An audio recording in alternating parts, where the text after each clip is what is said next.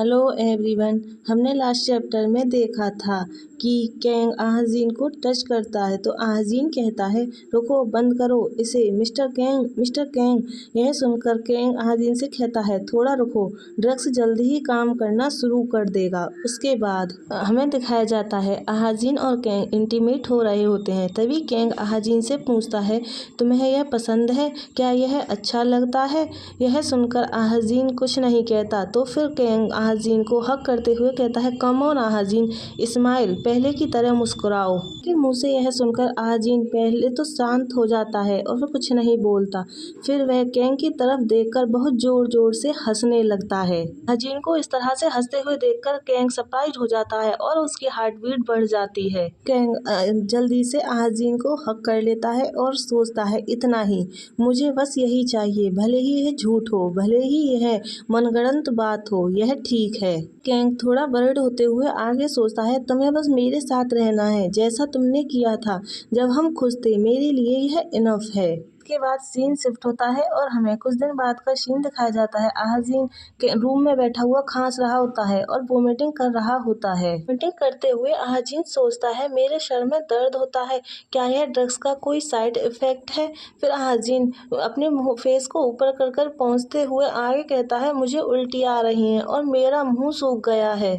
आहाजीन की हालत खराब हो जाती है, वह बेहोश सा होने लगता है और कहता है क्या मैं ठीक हो जाऊंगा, मैं थक गया हूँ। यह सोचकर आहाजीन वहाँ से खड़ा होता है और कहता है मैं किचन से थोड़ा पानी लेकर आता हूँ। यह बोलकर आहाजीन गेट के पास जाता है और गेट को खोलने की कोशिश करता है, लेकिन गेट नहीं खुलता। यह देखकर आहाजीन सोचता है यह क्यों नहीं खुलेगा।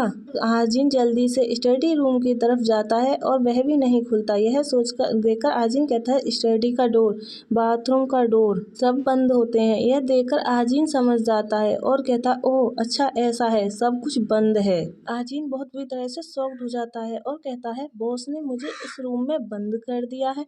और वह सैड होकर नीचे की तरफ देखते हुए आगे कहता है लेकिन मेरे पास और कहीं जाने के लिए कोई प्लेस नहीं है।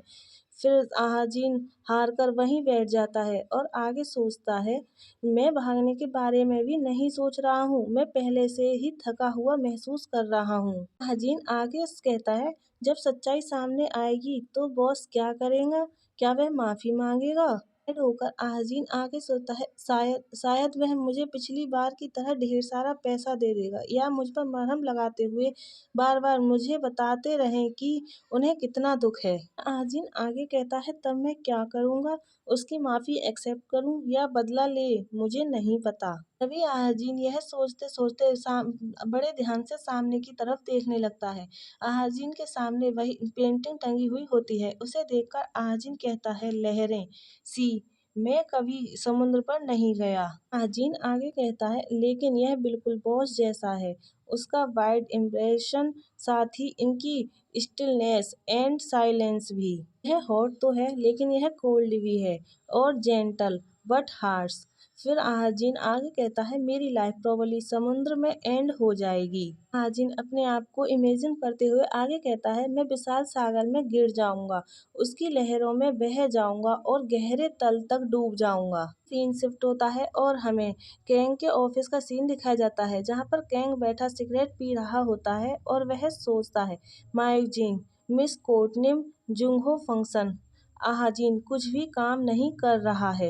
यह सब सोच ही रहा होता है कि तभी उसके फोन की बेल बजने लगती है। कैंग कॉल रिसीव करते हुए कहता है हेलो। उधर से आवाज आती है हेलो सर, अब जब 2 घंटे बीत चुके हैं तो मैं तुम्हें अपडेट देने के लिए फोन कर रहा हूँ।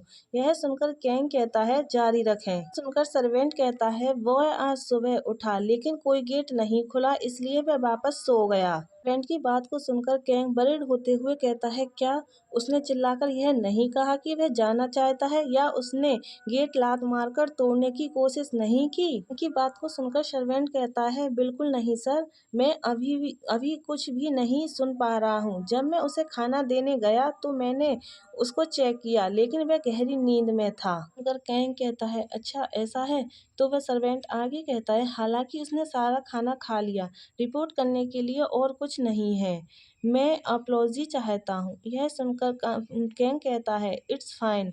तो फिर सर्वेंट आगे कहता है फिर मैं 2 घंटे बाद फिर से फ़ोन करूँगा।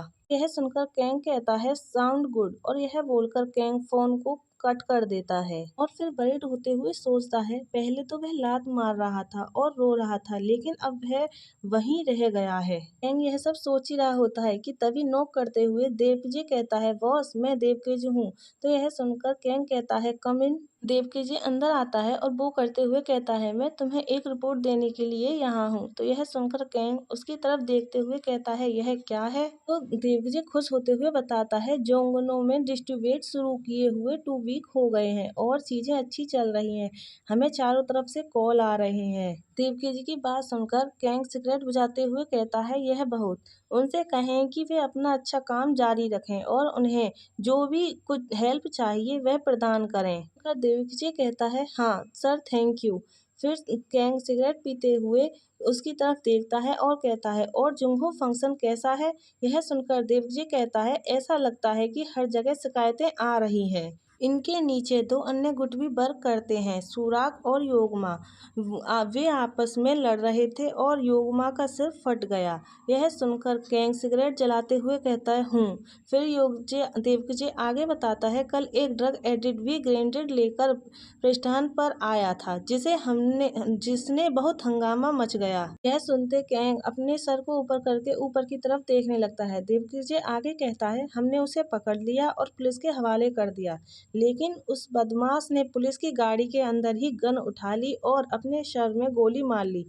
पुलिस ने जांच करने से मना कर दिया और दावा किया कि अपराधी खुद अपनी जान ली है। मुझे आगे कहता है लेकिन किस तरह का ड्रगी खुद को मारता है। मैं जानता हूँ कि वे जिंदा रहने के लिए जी जान से लड़ेंगे और अधिक नशे में बुत हो जाएंगे। यह सस्पिशियस है। कैंग सिगरेट का गस लेते हुए कहता है यकीन है। कैंग सीरियस फेस के साथ आगे कहता है ऐसा लगता है जैसे पार्क गिहोन ने फाइनली अपनी आस्तीनें चढ़ा ली है। गाइस यही हमारा चैप्टर लास्ट होता है। आई होप आप सब लोगों को पसंद आया होगा। पसंद आया हो तो लाइक सब्सक्राइब कमेंट कर।